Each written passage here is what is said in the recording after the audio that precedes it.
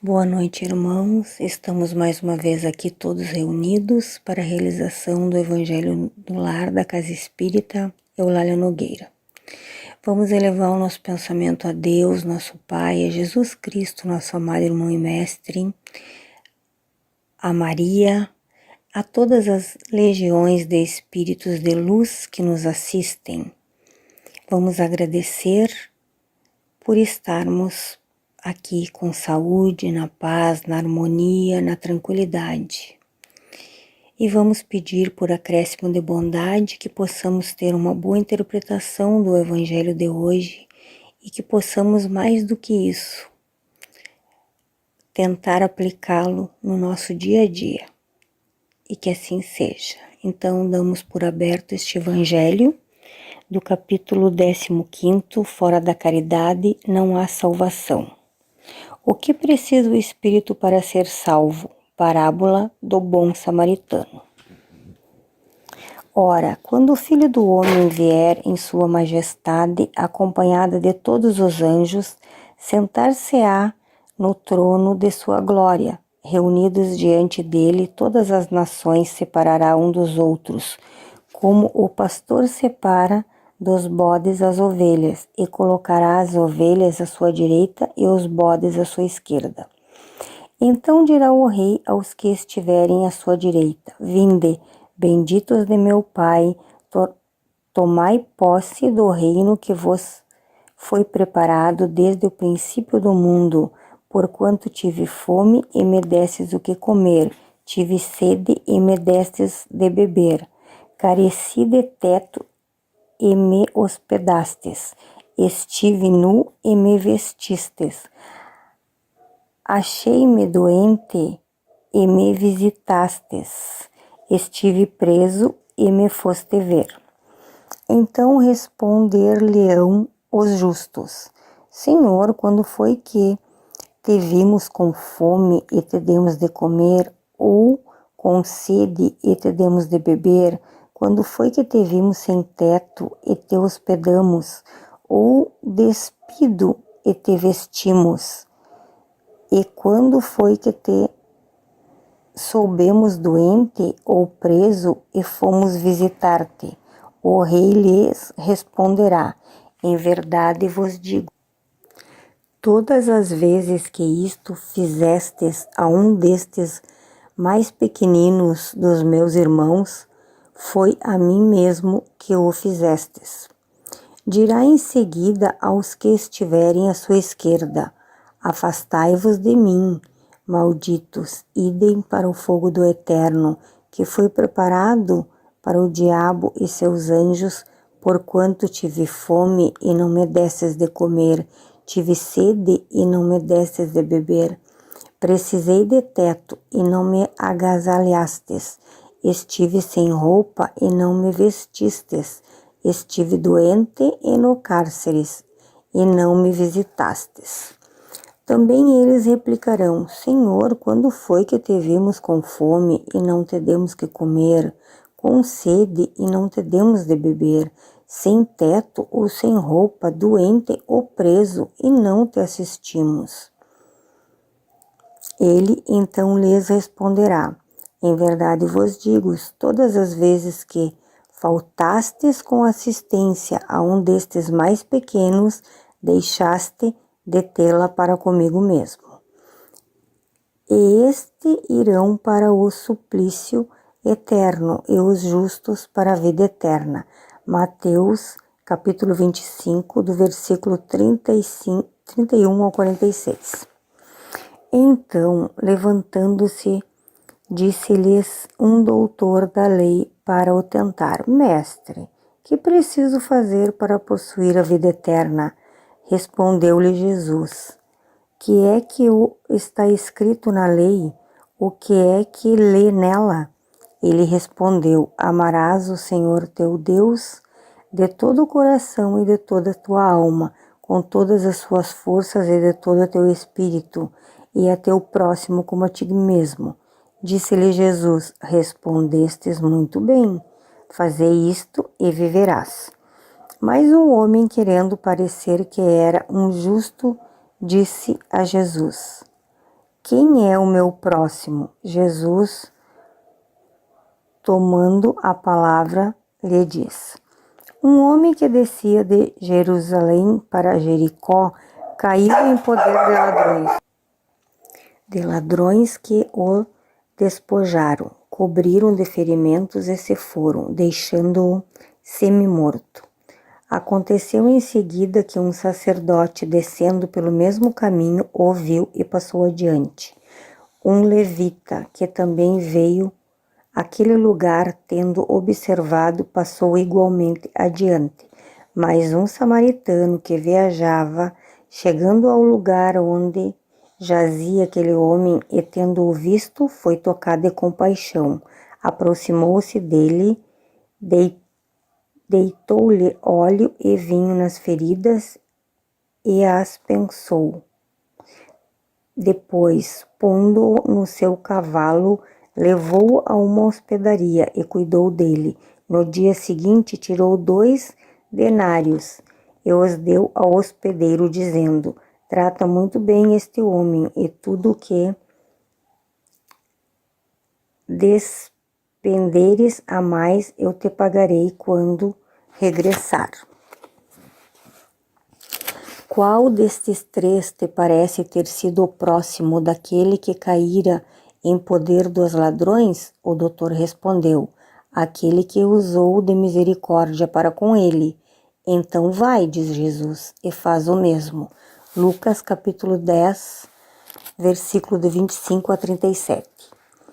Toda a moral de Jesus se resume na caridade e na humildade, isto é, nas 2 virtudes contrárias ao egoísmo e ao orgulho. Em todos os seus ensinos, ele aponta estas 2 virtudes como as que conduzem à eterna felicidade. Bem-aventurados, disse, os pobres de espírito, isto é, os humildes, porque deles é o reino dos céus. Bem-aventurados os que têm puro o coração. Bem-aventurados os que são brandos e pacíficos. Bem-aventurados os que são misericordiosos. Amai o vosso próximo como a vós mesmos. Fazei aos outros o que queríeis que vos fizessem. Amai os vossos inimigos.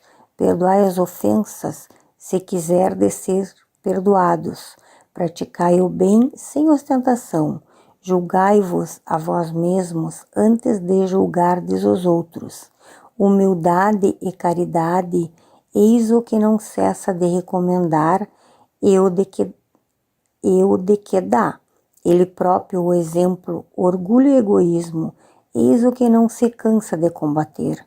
E não se limita a recomendar a caridade, ponha-na claramente em termos explícitos como condição absoluta da felicidade futura. No quadro que traçou do juízo final, deve-se, como em muitas outras coisas, separar o que apenas figura alegoria. Há homem como os que quem falava, ainda incapazes de compreender as questões puramente espirituais. Tinha ele de apresentar imagens materiais chocantes e próprias a impressionar. Para melhor aprenderem o que dizia, tinha mesmo de não se afastar muito das ideias correntes, quanto à forma reservada sempre ao porvir a verdadeira interpretação de suas palavras e dos pontos sobre os quais não podia explicar claramente. Ao lado da parte acessória, ou figurada do quadro, há uma ideia dominante, a da felicidade reservada ao justo e da infelicidade que espera o mal. Naquele julgamento supremo, quais os considerados da sentença? Sobre que se baseia o libelo? Pergunta porventura o juiz, o inquirido preenche tal ou tal formalidade? Se observou mais ou menos tal ou qual prática exterior? Não, inquire tão somente de uma coisa, se a caridade foi praticada, e se pronuncia assim: passai à direita, vós que assististe injustistes os vossos irmãos, passai à esquerda, vós que fostes duro para com eles. Informa-se, por acaso, da ortodoxia da fé? Fiz qualquer distinção entre o que crê um modo ou o que crê de outro? Não, pois Jesus coloca samaritano considerando herético, mas que pratica o amor do próximo acima do ortodoxo, que fala com a caridade. Não considera, portanto, a caridade apenas como uma das condições para a salvação, mas como a condição única. Se outros houvesse a serem preenchidas, ele as teria declinado, desde que coloca a caridade em primeiro lugar, é que ela implicitamente abrange todas as outras: a humildade, a brandura, a benevolência, a indulgência, a injustiça, e porquanto é a negação absoluta do orgulho e do egoísmo. Bom, meus irmãos, o que nós podemos dizer dessa linda passagem, né? Que não são as práticas exteriores ou os rótulos religiosos que nos conduzem à vida eterna, mas os nossos atos de caridade para com o próximo, por amor a Deus. Aqui Jesus faz com que reflitamos, né, que possamos olhar em volta e descobrir as feridas aparentes e secretas dos nossos irmãos. Ele nos estimula a amenizar-lhes as dores, a consolar-lhes as aflições, enfim, a sermos os seus bons samaritanos, nos estimulando, fazendo com que a gente possa refletir e fazendo com que nós possamos praticar a caridade, que é a única maneira de sermos bons com os nossos irmãos, com o nosso próximo. Só isso nos levará, né, para o caminho do bem, através da nossa consciência limpa, e quando desencarnarmos, podemos partir bem para a pátria espiritual. Então, meus irmãos, vamos passar para a nossa última parte do Evangelho. Vamos elevar mais uma vez os nossos corações a Deus, a Jesus, a todos esses espíritos de luz. Pedir pela fluidificação das águas, que possam ter o remédio necessário para os nossos males, para as curas dos nossos males físicos e espiritual, conforme o nosso merecimento. Possamos pedir, assim, um passe espiritual, que possamos ter uma limpeza de todas as nossas energias, que as nossas energias possam ser renovadas, assim como os nossos lares possam ser visitados, ser renovada a nossa fé, a nossa paz, a nossa harmonia, a nossa tranquilidade, que possamos estar sempre prontos para ajudar os nossos irmãos.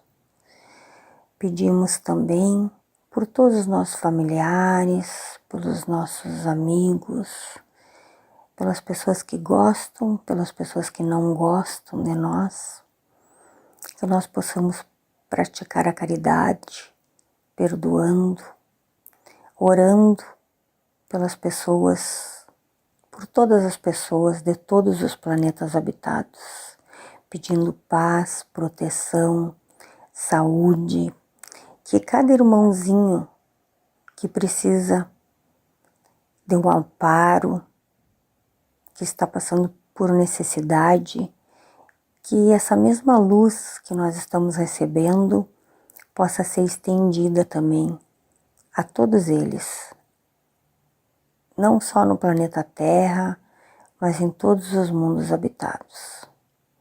Gratidão a Deus, a Jesus, a todos esses espíritos de luz desta corrente divina que estão presentes aqui conosco.